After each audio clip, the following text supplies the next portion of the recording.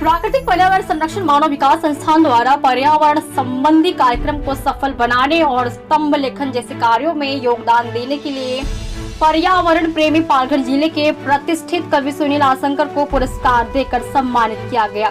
आयोजित कार्यक्रम में श्रीमती चित्रा ठाकुर के साथ ही कई गणमान्य लोग उपस्थित रहे और इसी आयोजित कार्यक्रम के दौरान चित्रा ठाकुर ने क्या कुछ कहा, आइए सुनते हैं।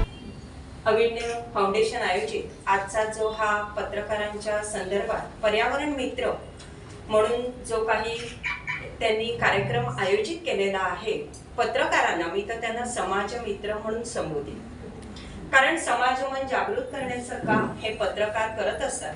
त्याच्यातलं निर्भीडपणा आहे, निपक्षपातीपणा तर आहेच, परंतु प्रशासकीय चळवळ जर व्यवस्थित सुरू ठेवायची असेल तर त्यात पत्रकाराचा वाटा हा अत्यंत मोलाचा असतो।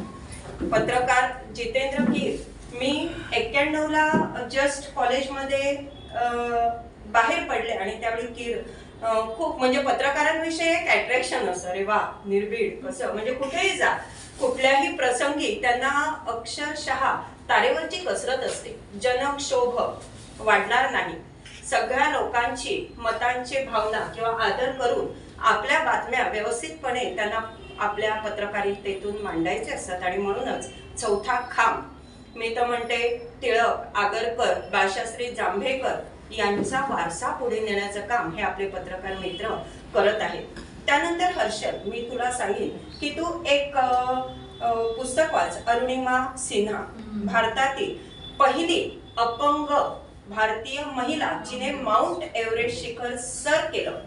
आपल्या अपंगत्वावरती मात करून फक्त एकच सांगेन की आपणच आपला मोटिवेटर असतो, आपणच आपले प्रेरणास्थान असतं। मॅडमनी तर बरंच खूप छान माहिती सांगितली, पण त्याच्यात मला विशेष म्हणजे आज मला खूप आनंद होतो आहे की या व्यासपीठावरती सगळे सामाजिक बांधिलकी असलेले, सामाजिक भान असलेले आणि समाज मन असलेले सगळे इथे जे विभूती आहेत किंवा व्यक्तिमत्व आहेत, अतिशय पौष्टिक अशी विचारांची देवाणघेवाण झाली। मी पण अगदी मस्त त्याचा आस्वाद घेतला, खूप बरं वाटलं, ऐकत राहावं असं वाटलं, कारण इथे असणारा हा प्रत्येक दिग्गज आहे। त्यामुळे कोणीतरी सांगितलं, ह्या हर्षलच्या आईने सांगितलं की आम्हाला असं वाटतं आम्ही खूप मोठो, पण एकाहून एक चढी जगामध्ये थोरपणाला मिरवू नको असं तुकारामांनी सांगितलेलं आहे। विकट वाटवी वाट नसावी, धोपट मार्गा सोडू नको, संसारामध्ये ऐसा आपला उगाच मिरवत फिरू नको, मी मोठा शहाणा धनाडे गर्व भार हा वाहू नको, एकाहून एक चढी जगामध्ये थोरपणाला मिरवू नको। आपण हेच लक्षात ठेवायचंय, मलाही असाच अभिमान असायचा आणि नंतर जेव्हा आपण समाजात किंवा वातावरणात बाहेर पडतो तेव्हा आपल्याला आपलं नेमकं स्थान काय आहे। मी अजून विद्यार्थी आहे, मी अजून खूप शिकते, मी नाचते, गाते, बागडते, सगळं करते, हे सगळे फेसबुक फ्रेंड आहेत माझे आणि जे मी बघते ते सगळं सादर करते पुढे, लगेच जे छान छान आहे लगेच कव्हर अप करायचं आणि ते पुढे पाठवायचं। शुभांगी राऊत मॅडम माझ्या पॅरेंट्सच आहेत आणि त्यांचं पण मी जे अविन्य फाउंडेशनचं त्यांची जी कामगिरी सतत म्हणजे मेहनत, पर्यावरण शेवटी आजचा गुरुपौर्णिमेचा खरं तर आजचा दिवस आहे, पर्यावरण हा सुद्धा आपला गुरु आहे।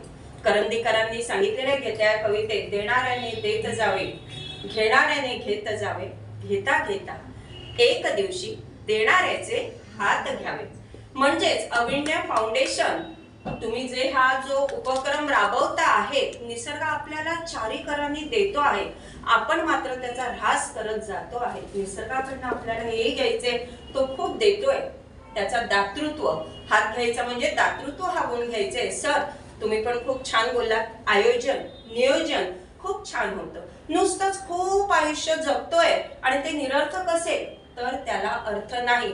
तसंच खूप मोठे मी हजार लोकांच्या समोर बोलते, पण आपल्याला ऐकणारी ती जर लेवल नसेल तर त्या कार्यक्रमाला फारसा अर्थ उरत नाही। इथे जे काही आहेत हे सगळे त्या लेवलचे आहेत, तोडीचे आहेत आणि अशा पत्रकारांच्या समोर मला बोलवलं आणि माझा सन्मान केला।